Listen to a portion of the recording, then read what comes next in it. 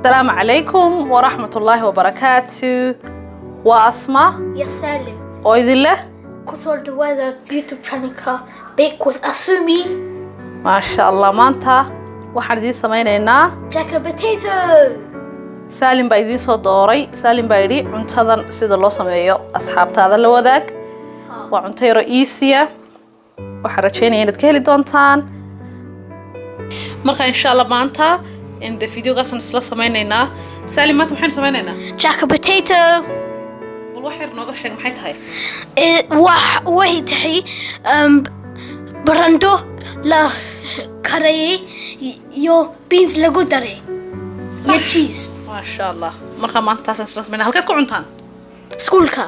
صح maanta cuntadii iskuulka ciyaalka ku cunayeen ayaan idin la wadaagaynaa maadaama ay tahay guriga la fadhiyo barbar ciyaalku wax iskaga yara xiisayaan cuntadii iskuulka marka maanta Salim fikradiisa ahayd inaan sameeyno maanta waan sameynaa ma sha Allah haye soo dhawaada marka barandada u baahan tahay barandada qiyaastada inta u baahan tahay adiga garanaya baranda marka barandada waaweyn maaragtay baa la isticmaalayaa waan meedhay si fiican waa inaad u nadiifisid waayo diirka waa lagu cunayaa marka waa inaad si fiican iskaga nadiifisid halkan waxaan ku soo diyaarsaday trygan wax lagu dubo warqadna waan ku dhexriday baking paper baan ku riday marka barandadan halkan dhiganaynaa ma qasab inuu xoog weyn yahay because wax isku dhagdhagay maaha xabad walba halkeeda ku bislaanaysa marka waxaad u baahan tahay tiin ku deeqaya imika saliid baan ku darinaa iyo cusbo waxaad u baahan tahay laba mulqaacadood oo saliida iyo milix yaro milix hadushan ku gadaraynaa milixda iyo saliida markaas wad ku massage gareynaysaa sasad ugu wada marinaysaa kor iyo hoos milixda si fiican baad u wada gaarsiinaysaa hadda saliidin ku daraynaa marka dusha xabad walba ka gaarsiinaysaa waxaan sameeynaa milixdii baynu ku daraynaa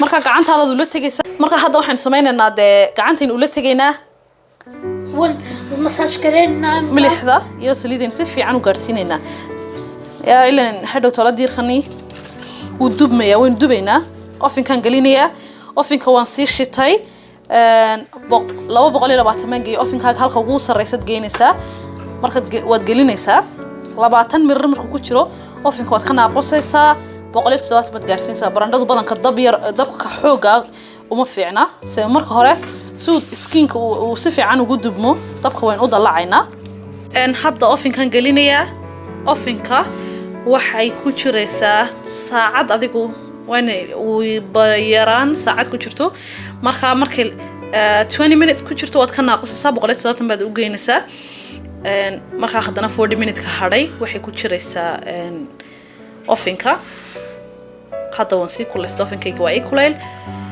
ayaa Salim ofinkan gelinaynaa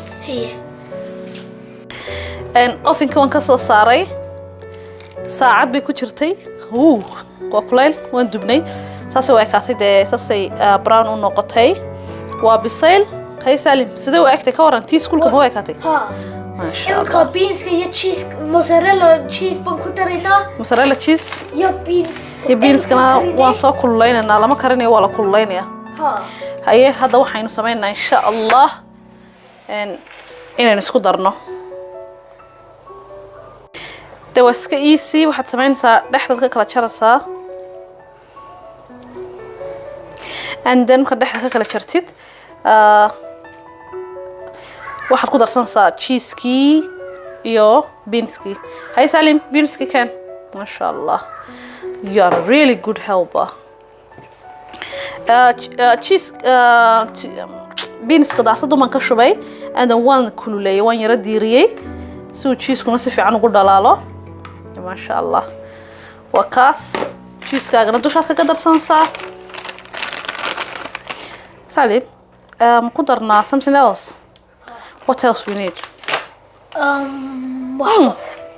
saasan ku dayna ما شاء الله دوكاس what about tuna me tuna ku darno okay xabada kalena tuna ku darayna